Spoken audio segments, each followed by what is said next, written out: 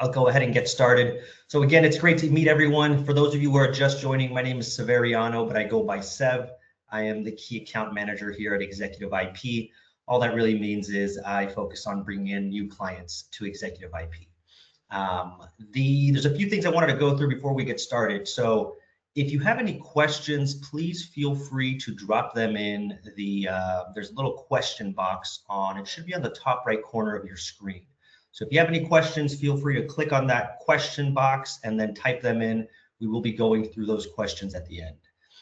Right now, I'm currently being joined by David Kirkwood, and Erica Frank will be joining us, but she's having some technical issues. So hopefully she's able to make it towards the end of the webinar.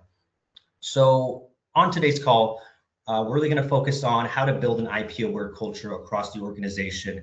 And I'm going to have real examples from David here, who's at Axcelis Technologies, and then Erica Frank should be joining us, and she's with Rich Products. You'll definitely want to stick around to hear what they have to say. Now, the agenda for today. So I will start the conversation first.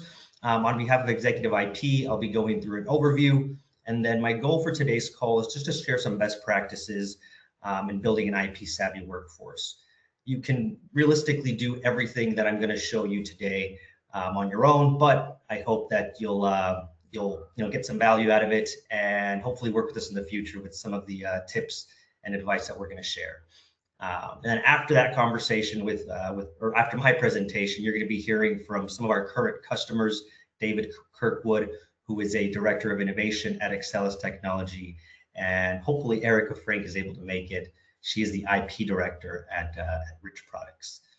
Erica and David both have very deep experience when it comes to building the IP culture at their company. If you have any questions, again, feel free to drop them into the chat. And yeah, at the end of our webinar today, we'll be going through questions. So please, feel free to drop them in as we roll by. All right. So I think the first thing we'll start with is why does IP training matter? I think that's the biggest question that most of you are getting. Now, if you're on this call, it's very likely that you're an IP. You are an IP counsel, IP manager, chief IP counsel, VP of IP. I'm sure at some point you've gotten this question, why does it matter? And I think the easiest answer to that is that IP strategies are decided by you, your leaders, your partners, but the reality is they're executed by everyone in the company. Without having enterprise-wide IP savviness, any IP strategy that you come up with is going to be vulnerable in one way or another. Now, the IP risks and opportunities that come up throughout someone's time at a company touches every part of a business. So it doesn't matter what department you're in, whether you're in management, whether you're in R&D, sales, procurement, marketing, each department at the company interacts with IP in its own way. Maybe it's patents, trademarks, trade secrets, competitive intelligence. There is a certain way that people are going to interact with IP, and that can either pose a risk to the company or an opportunity. So we think that by increasing these employees' IP awareness, companies can better protect their assets and capitalize on opportunities. Because what good is a great IP strategy if you've got hundreds, maybe thousands of people who maybe don't see it the same as you, and they're not doing their best to protect the business. So IP training is very important. I'm sure you're aware, but it doesn't always get the attention that it deserves. Now, there's really one way that we've seen that becomes the traditional approach to corporate IP training, and that's going to be to gather everyone in a room, whether it's physically in a room or in a Teams meeting for about an hour. Now, most people go through a PowerPoint deck, there's a presentation for the first maybe 45 minutes, and then they spend that last 10 to 15 minutes going through questions. Most companies do this maybe once a year, twice a year, quarterly if they're lucky. But that's really the main way that we've seen people go through training. And look, if that's what you're doing, great, but there's more that you can be doing besides the occasional in-person training, which is what I'll be going through later today. And realistically, we're the first ones to tell you that live training is the best way to communicate with your employees because it helps build that relationship, right? You've got dozens, hundreds, thousands of people at the company, and doing the in-person or the virtual training is a great way to be connected to them, to help foster a relationship. That way, when they do have questions, they know exactly who to contact, and it's not just a name on a screen anymore. But there's realistically 3 challenges that we've seen in the past 15 years of executive IP with this, the traditional approach, the in-person. Number 1 is attendance. So most people, if you're inviting 50, 100, maybe, 500 colleagues to that IP training session, realistically, half of them are going to show up. And that means a certain percentage of the population is never going to see that. They're not getting that training, or they're going to have to wait until the next session. And if you're only hosting these in-person or the virtual training sessions once or twice a year, they're not seeing this content for a very long time, which is realistically the second issue, which is retention. Now, the people that you're training are human. They're going to forget what you're telling them. I mean, it's only natural. I don't know what I ate yesterday, for example. Like we're people, we're going to forget. So if you're doing training sessions once, twice a year, again, it's likely that they're going to forget that within the next day or two. And then the last part is going to be the value that you get out of those training sessions. The most valuable part of that live IP training session is going to be the last 10, maybe 15 minutes when there's the Q&A, you're going back and forth about how these IP concepts apply practically to each person's role, what they're doing right now. That's the best part about the virtual or the in-person training sessions. It's not those first 45 minutes, where you're going through the slide deck, where you're talking about what is a patent, what is a trademark. That's great. They should know that. But realistically, it's the last part. It's that last 10, 15 minutes when they're personally connecting with it because they have maybe real examples of something that they're doing or something they've come across in the past. Now, look, IP departments are typically small in proportion to the non-IP team at the companies. You've got R&D, marketing, business development, sales. There's a whole lot of departments that you interact with in one way or another, but there's very few people on an IP team. I've come across companies that have, 5,000 employees, but the IP team is maybe 3 people.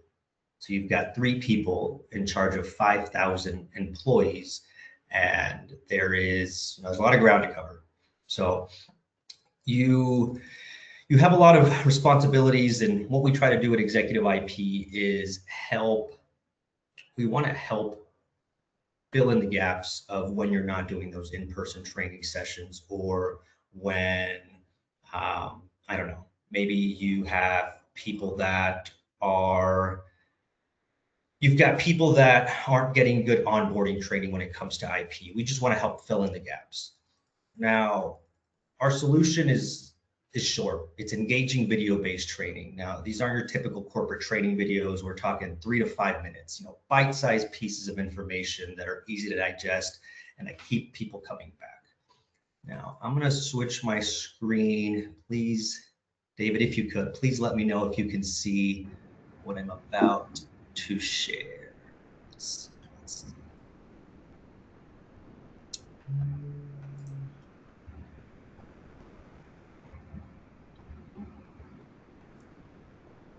Okay, David, can you see where it says Executive IP at the top? Yes, I can.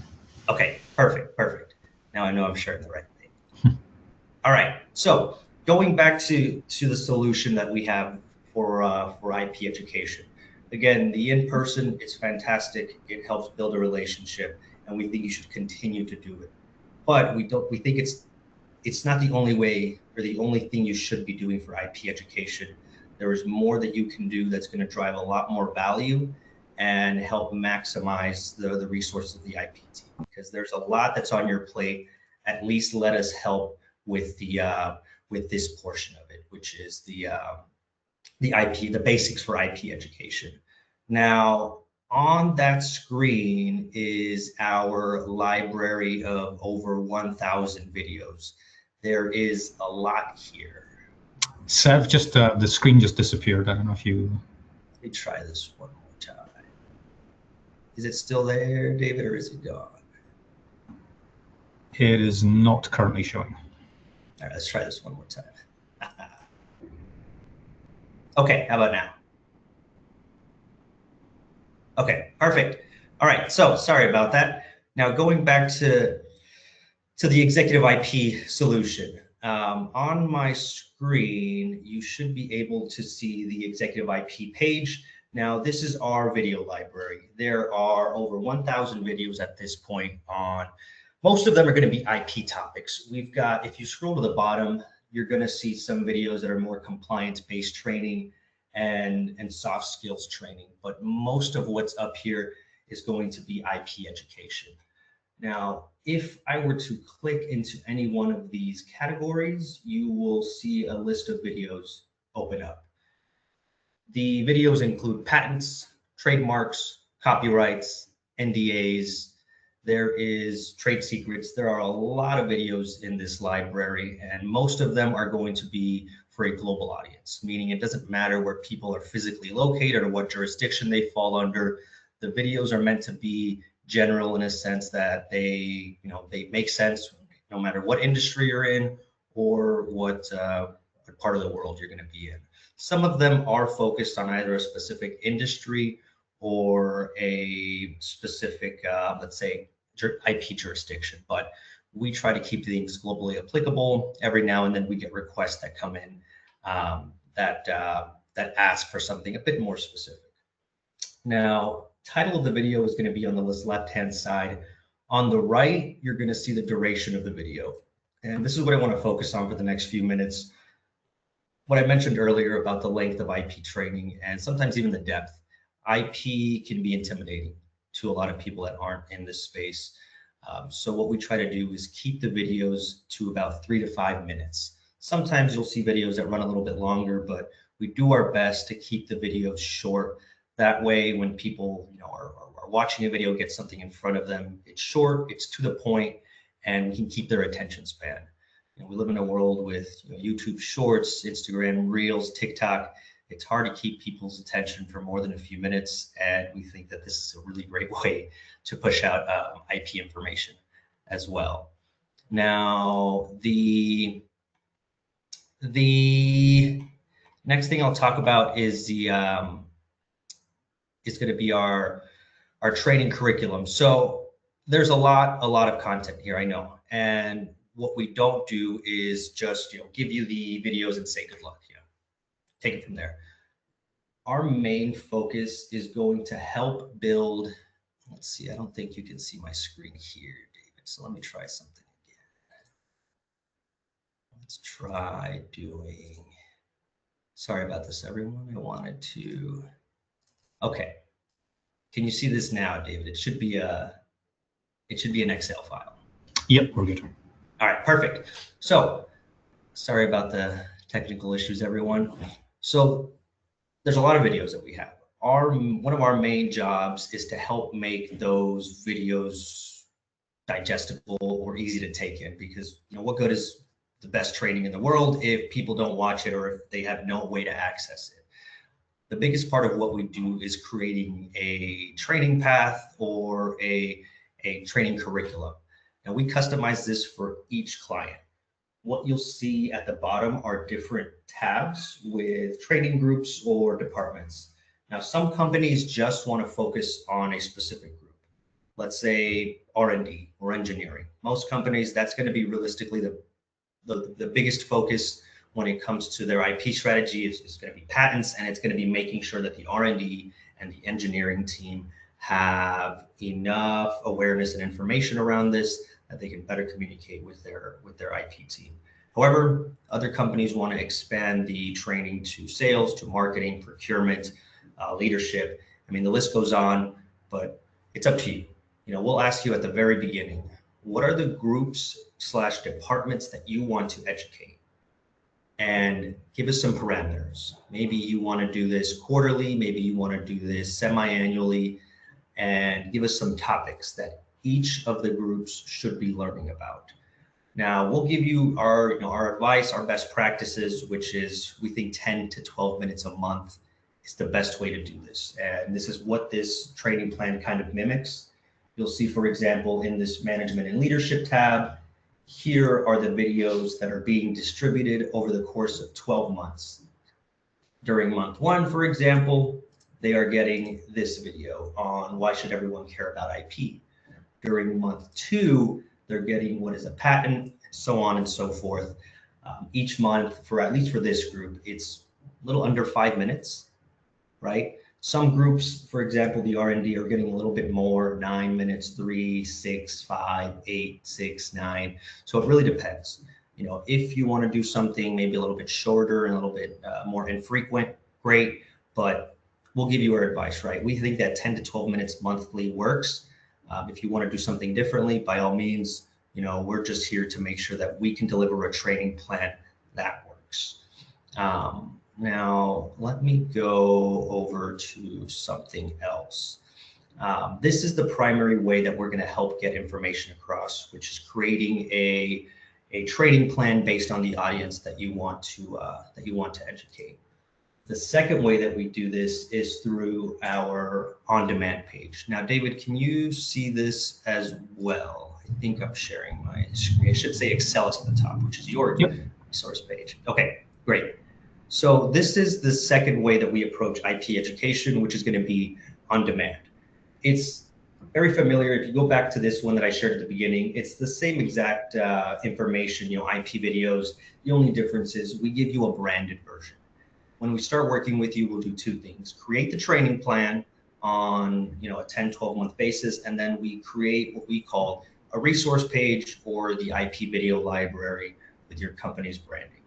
And the idea here is to have a page, have somewhere where all of the videos are going to be available in one place. You can post this URL or this link in the company's SharePoint site. Maybe you have an innovation page, an email signature. I mean, it's up to you. But the idea is to have one place where people can click on this link, go to a specific video, watch, or maybe even click on the search bar to look for a specific video.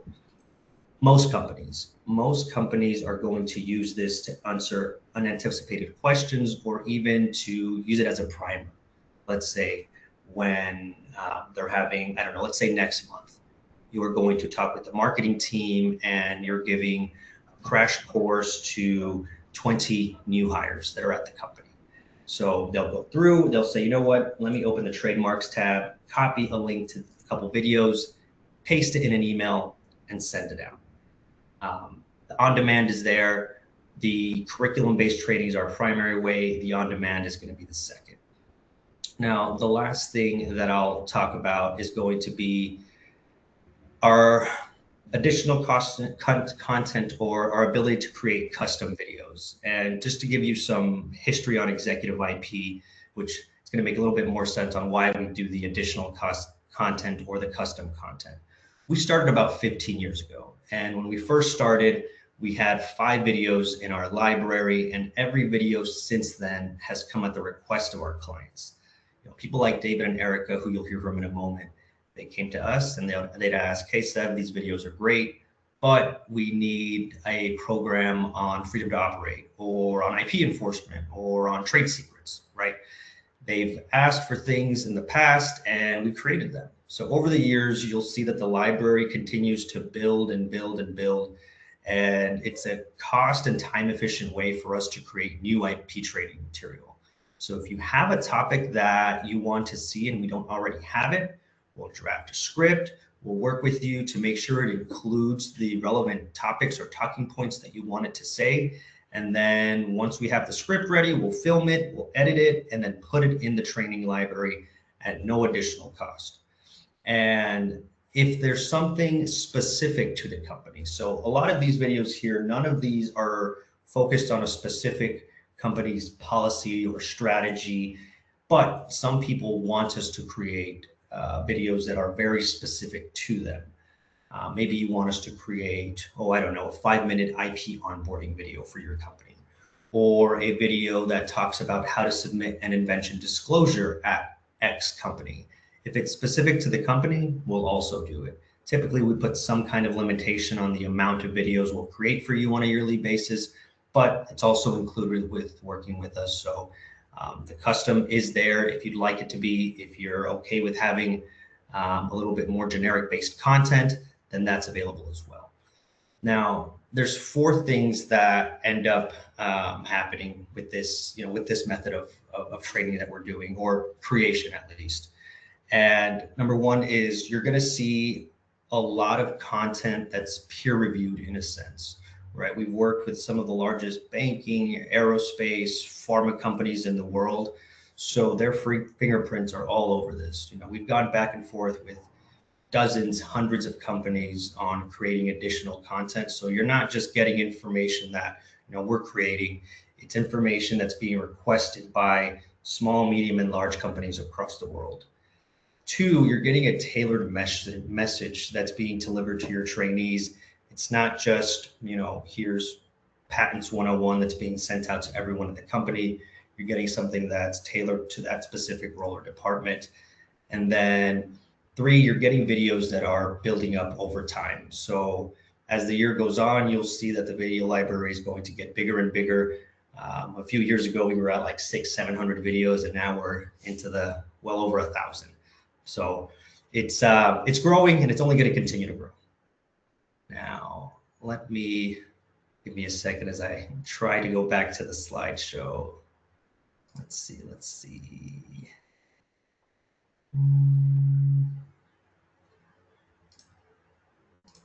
David, I'm going to have you be my eyes and ears again as I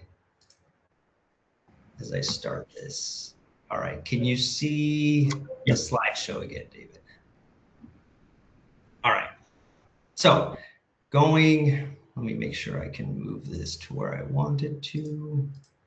All right, so before I pass this on to David, I want to mention our free pilot program that we have. If anyone's interested, please reach out to me directly. I don't want to get too deep into the free pilot, but just know if you're interested, we have a free 3-week program that we send out 10 minutes worth of content to a group of your choosing. And after the 3 weeks, we'll send out a survey, we'll send you engagement reports. So I'll stop there. I don't want to get too deep into the weeds. If you have any information and you have any questions for me, please feel free to reach out. We'll be sending out this slideshow and a recording of the presentation in the coming days. So if you have any questions, please feel free to reach out to us. Or if you have any questions, please feel free to drop them into that question box at the very top right. And David, I think the floor is yours. I don't think I have anything else to throw up here. Yes, we'll go over to David for a few minutes, and then hopefully Erica. I'll check on Erica. We can switch to Erica afterwards. Okay, thanks, Sev. Good morning, everyone. My name is David Kirkwood. As Sev said, I'm Director of Innovation at Axcelis Technologies. This is actually a technology development function that I work in, although I do have a dotted line to legal, and I did spend a few years working in legal at Axcelis because, as well as a technologist, I'm also a registered patent agent for my sins. So I have a number of duties that link over to legal. Part of that is patent portfolio management. Part of that is chairing our IP committee, which is responsible for reviewing all of the invention disclosures which come in from our technologists, and then recommending to our inside counsel which we might want to put forward for patent protection. Somehow or other, I also became responsible for IP training, and which is why I'm here today. And our company has around about 2,000 employees, but only 2 people in the IP department. So Sev mentioned earlier about ratio of patent professionals to employees. So there's about 2,000 employees to effectively 1.5 people right now. And so generally, we don't file anything ourselves other than perhaps cover sheet provisionals to cover impending external disclosures. And so pretty much all of our work is done with outside counsel. And so managing interactions between inventors and outside counsel is another another part of my day job, as it were. So I should probably start by saying that, Axcelis Technologies, we're a semiconductor equipment manufacturing company. We're based on the North Shore of Boston in Massachusetts. We supply capital equipment to pretty much every chip manufacturer across the globe, and IP is really the core of what we do. We started off as a startup in the 70s called Nova. We were acquired by the Eaton Corporation shortly thereafter, and the reason that's relevant is that as part of Eaton, we had access to a large corporate IP function and all the benefits that come with that. But then Axcelis span out of Eaton in 2000, and we've been independent ever since. And we had to start again from scratch. We had no IP function then, and so that actually explains a lot of our historical context and our IP training. So before we started engaging with executive IP in 2023, our previous IP counsel did exactly what Sev mentioned earlier. He had a slide deck that he'd present only to the technologists, and that's a group of about 25 people in our company, which was really sort of patent basics, right? It was 102, 103, a little bit of 112 for enablement, and not a lot else. And that deck was updated maybe once every time there was a major change, like the America Invents Act. So it was pretty old. The retention was probably very low, and he was very much preaching to the converted. So that was certainly something that we wanted to update, because one of our goals for 2024 was to broaden our IP coverage, really get more invention disclosures in the pipeline, and have the inventive power of our company sort of growing beyond just this hardcore of technologists. So in 2023, our current Associate General Counsel, Sean Sullivan, met with Ray from Executive IP at the IPLMI conference. And Sean was very impressed with what he heard. And so he tasked me with reviewing the library. Sev mentioned the free trial. We had access to all of their training videos, and I spent a couple of days just going through the 5 to 7 minute videos on pretty much every topic that I thought might be relevant to us. And I was extremely impressed. And so we went ahead with signing a contract with Executive IP. And for the first year, we had the content delivered directly from them by means of a monthly email to a designated cohort of about 150 people, the technologists for one, but then other members of the engineering organization, marketing, and some other key functions throughout the company. I think, had it been up to me, I would have expanded that to more than that, but there were financial constraints on that as well. That was fantastic, and our compliance was pretty good. But one thing we found was that because these emails were coming in from outside of the company, our IT department flags them all with this big warning barrier, this big this banner at the top that says, caution, external email, and a bunch of folks just refused to click that even after our general counsel had personally told them that these emails were okay. And so for a year or two, we ported onto our learning management system, which we call Axcelis University. And now the packages are delivered by SCORM file directly from Executive IP to the AU, which runs the LMS. And then that's distributed to our trainees every month. And that has been absolutely seamless. There was a big transition for us because we'd never had this LMS before internally. But from the Executive IP side, it was absolutely seamless transition. We're very supportive at every step of the way, and really went out of their way to help us get that in place. And since we ported to that, our compliance for IP training is now up above 90%, which for what is still for us a non-mandatory training course is actually quite impressive, because most of our other training courses like health and safety and IT things are actually mandatory. So, we've had very good engagement there. In addition to what Executive IP provide, we sort of complement that internally with monthly lunch and learn sessions where we have people around, they discuss the topics and when we came up with the training that month, or other things that have come in through invention disclosures or patent prosecutions where questions have arisen, and just we discuss this with a broader audience. So it reinforces the learning that we get from the Executive IP videos. It's also really useful for conveying information to our leadership team because we report on a quarterly basis our IP performance, new patent filings, patents issuing, and the training compliance is part of that thing we report. So that's also, again, really been enabled by Executive IP. I think when I started going through this, probably fresh out of passing the patent bar exam and reading bits of the MPEP until I fell asleep. I had the expectations to be a very, very dry training course, and maybe one that would be hard to convey. I certainly didn't expect Tom Coulson, and I have to say his delivery is absolutely fantastic, and he's become a bit of a cult figure for our technologists. So they're always, I've noted that some of the previous testimonials have made the same comment, but they actually look forward to when the next training video will be released because of Tom's delivery. He conveys the information very, very clearly, but also in a very engaging manner, which, in patent law is maybe not the easiest thing to do. So that's been very, very good. I think, our general awareness now within the company is much, much higher than it was before. The number of emails that I see where we have the words infringe, unpatentable, invalid, they've dropped off the cliff because now people know that they can't put that kind of thing in an email. And so there's been a general learning, patent awareness beyond our technologists. 90% of our invention disclosures do come from our technologists, but there's now a much more general patent landscape awareness within the company itself. So that's been absolutely fantastic. I'd really just like to close this with saying that, my engagement with Michael on the curriculum development, talking about, bespoke training for Axcelis based on some of our individual processes has been, really, really good. He has periodic check-ins that he sets up where we go over the material that's been presented. He's genuinely interested in our training compliance and looking for ways to help us boost it. And I've got nothing but positive things to say about working with Executive IP. So, Sev, I think that's all I have for you today. David, thank you. There was one comment that I wanted to highlight, the cult following comment on Tom Coulson. There's this one story that Tom told me where he was traveling to somewhere in Europe. So we've got our client base is pretty diverse.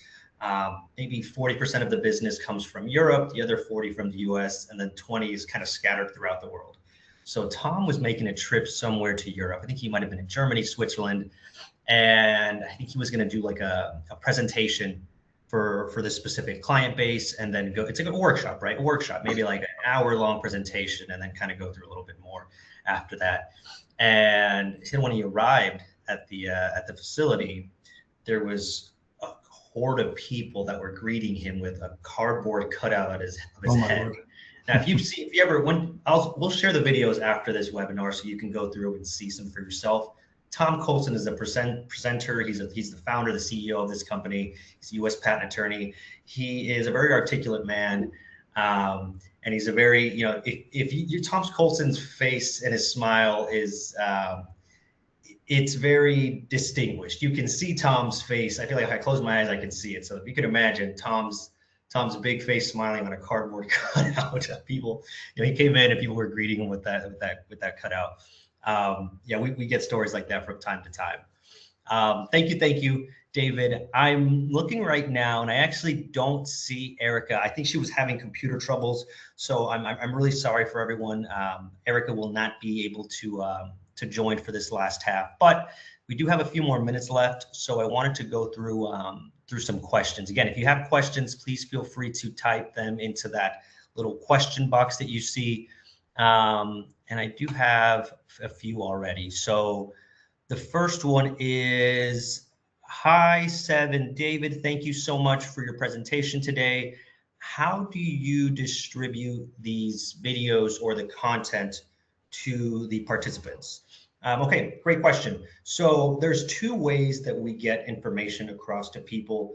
One is going to be through we have our own learning and management system. So if you want to use our learning and management system, great. People will get an email once, again, depending on the frequency. This could be once a month, once a quarter, once every 2 months, but they'll get an email. There's a link in that email. They click on it, and then it'll open a window in the browser. They watch their videos that have been assigned to them, and then that's it. They move on.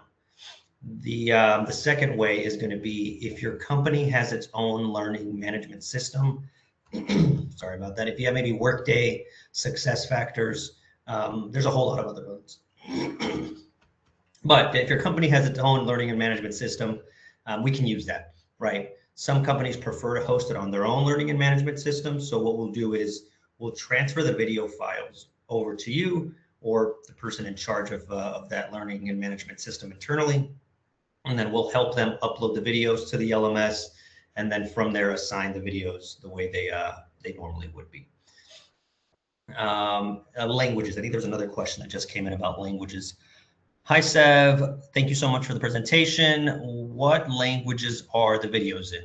So the videos are all in English. Tom Colson speaks English, but we do have videos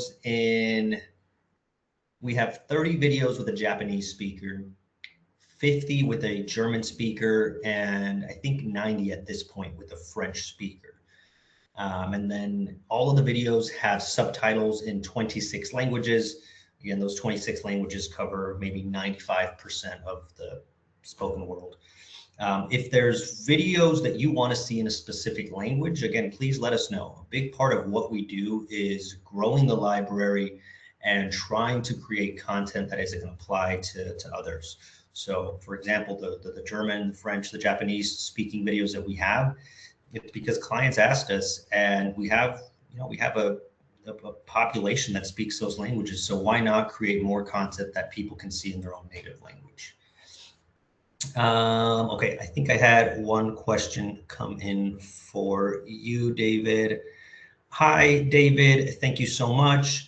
You mentioned pairing the IP training with workshops. Do you do anything else in addition to that? And how often are you doing these workshops or the in-person trainings? Great question. Yeah, so we do sort of a two-tier thing. We have a monthly, scheduled lunch and learn, which is primarily, it's open to all of our what we call the RD&E organizations. That's research and development and engineering. And so those are just drop-in sessions. People suggest topics, or I come up with a topic, normally based on something that's happened, maybe with some patent prosecution, or it may have been from from the training video that we had from Executive IP that month. We then have, bespoke sessions for specific groups. So, 1 month I might pick on the electrical engineers, and then we just do a deep dive into a couple of patents and then talk through, how this training we've received pertains to it. Other times I might talk to our field applications engineers.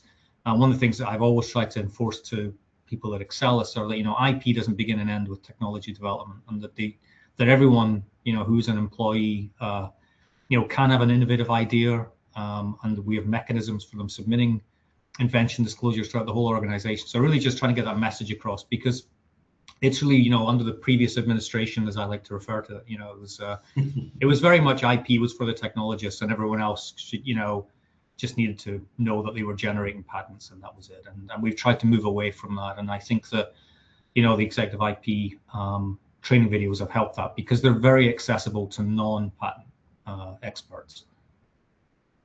Perfect. Thank you, David. Really good question, and I love your answer. I say this a lot. I mean, I think that anyone at a company could either be an asset or a liability when it comes to IP. There is the potential for, the bad word L, lawsuit, anywhere at the company. There could be a potential of something that happens, is said, is sent that should not be said or sent. So there are tons of other trainings that companies have that are mandatory for anti-sexual harassment, anti-bribery. There's a list of mandatory compliance and training videos, but IP rarely gets touched. And it touches every part of a business, but people don't think twice about it. When I tell people what I do, they're like, what is that?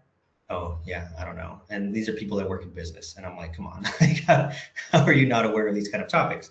But okay, there was one more question that came in. Hi, Sev, thank you so much for the presentation. You mentioned custom videos. Can you talk a little bit more about this? Yes. So going back to the content creation, there's a lot of videos that we have in our library. There's over 1,000 videos. They range from basic courses on what is a patent, what is a patent claim, inventorship, to very specific jurisdictions that cover EU law, US law, Japan law. I mean, we have a lot of videos that cover a lot of different jurisdictions and topics. However, if there's anything that we are missing, if you'd like to see a video, say, that covers, I don't know, an IP law that we don't already talk about in our videos, or maybe you wanted to cover a very specific regulatory law. We do a lot of work in the biotech and pharma space, for example, and there are a lot of very specific laws that are in that industry, and we'll get requests all the time. Maybe 2 weeks ago, we made, I think, maybe 10 new videos for that pharma space, because we were having a lot of our clients requesting videos, and they said, hey, here's some topics. So what we did is, we met with them. We said, okay, great. What do you want to see? Took some notes down, and then from there, drafted a script, went back and forth with these companies until we made sure that everything that they wanted to see was covered, and then we filmed the videos. Now, there's 2 ways that we create custom content. One I'll call generic. If it applies to other people, if we can reuse the videos and put it in the general library, then great. We'll cover what you wanted to cover without going into specific company details, and then we'll film the video, put it in the library. If it is specific to your company, let's say David wants us to create a video on how to submit an invention disclosure at Axcelis, and he gives us branding and logos to use, and maybe there's a specific policy that he wants us to cover, and we'll go through sharing a screen and how to actually click on the form and fill it out. We will also do that. The difference here is that we will only make it accessible to David people, right? We're not going to put it in the general library. And there's a limitation on how many of these custom videos we're creating. With the generic, we don't put a limit on how many videos we create on a yearly basis. With the custom, we try to put a little bit of guardrails around how much time we allot people on a yearly basis. Normally, it's around 15 minutes. So 15 minutes worth of custom content a year. If you'd like to see more than that, then by all means, we'll do it. We'll just give you a separate quote for how we do that. Okay, everyone, thank you so much. I know we're coming in at the end here. Thank you to everyone. We will put together the slides, the recording of the session, and then you will also be getting access to the video library. That way you can go through and watch some examples for yourself. David, thank you so much, sir, for joining me. It was a pleasure having you. Everyone, have a great rest of your day, maybe morning if you're on the West Coast like me and David. But thank you, everyone, and next time.